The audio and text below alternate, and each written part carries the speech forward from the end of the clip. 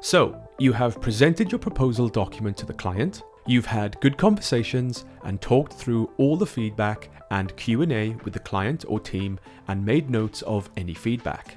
Now, depending on how the proposal presentation went, this will determine what comes next. In this video, I'm going to discuss what to do after a logo presentation. So let's get into it.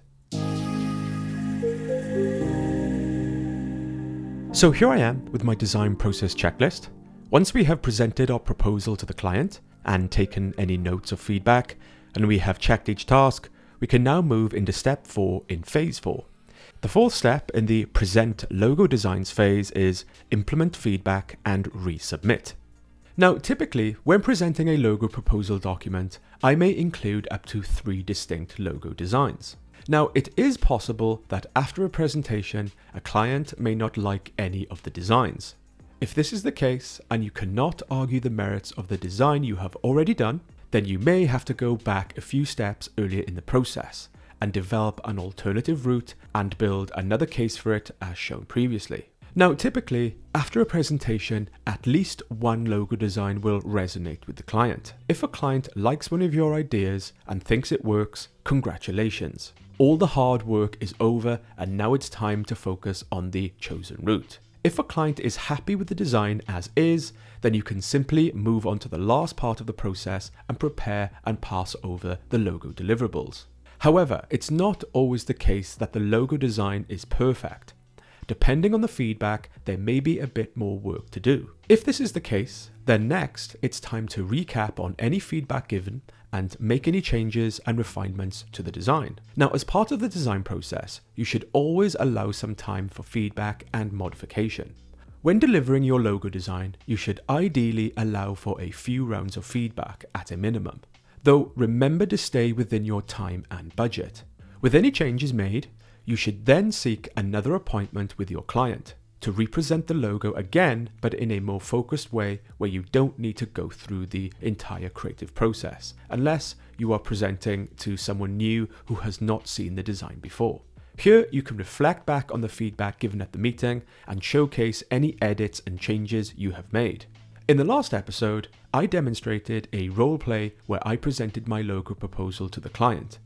In this instance, the client liked the logo and thought it was a good solution, but just wanted to focus on the emblem logo and the word mark logo and only use the stacked combination mark logos when used for location-specific instances. With the feedback from the client, I then put together a new document, stripping out some of the earlier process and focused more on the approved logo design. If you want to take a closer look at this document, you can find it in the downloadable course folder. The course folder comes with my complete logo design solution I will be demonstrating on this course, including all my design example files and documents at each step to aid your learning experience.